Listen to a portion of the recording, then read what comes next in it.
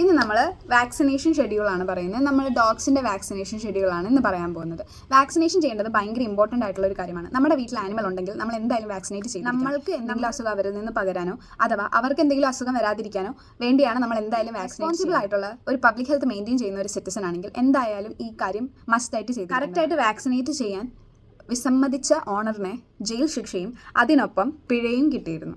എന്നിട്ട് ഈ കാര്യങ്ങൾ നമ്മൾ ശ്രദ്ധിക്കുക. വാക്സിനേഷൻ വരുന്നത് 30th ഡേയിലാണ്. പപ്പി DP എന്ന് പറയുന്ന വാക്സിനേഷനാണ് കൊടുക്കേണ്ടത്. കനൈൻ ഡിസ്റ്റംബറിൻ്റെയും പാർവോ വൈറസിനും എതിരുള്ള വാക്സിനേഷനാണ്. അടുത്തത് നമ്മൾ 30th ഡേ കഴിഞ്ഞ് 45th ഡേ ആണ് ആനിമലിനെ വാക്സിനേറ്റ് ചെയ്യേണ്ടത്. ഇതെന്ന് പറയുന്നത് മൾട്ടി കമ്പോണൻറ്റ് വാക്സിനാണ്, MCV വാക്സിൻ. ഇതിൽ 5 അസുഖങ്ങൾക്കെതിരെയാണ് നമ്മൾ ചെയ്യുന്നത്. കനൈൻ ഡിസ്റ്റംബർ, പാർവോ വൈറസ്, പാര ഇൻഫ്ലുവൻസ, ലെപ്റ്റോസ്പൈറോസിസ്, അഡിനോ വൈറസ് നമ്മൾ 45th ഡേയിൽ ചെയ്തു. അതിനുശേഷം 15 ഡേയ്സിന് ശേഷം, അതായത് 60th ഡേയിൽ നമ്മൾ ആൻറ്റി റാബിസ് വൈറസ് ആണ് കൊടുക്കേണ്ടത്, ARV. അതിനുശേഷം കറക്റ്റ് പറയുമ്പോൾ അടുത്ത 15 ഡേയ്സ് കഴിഞ്ഞ്, അതായത് ആദ്യത്തെ MCV ചെയ്തതിന് 1 മാസത്തിന് ശേഷം നമ്മൾ MCV ബൂസ്റ്റർ കൊടുക്കേണ്ടതാണ്.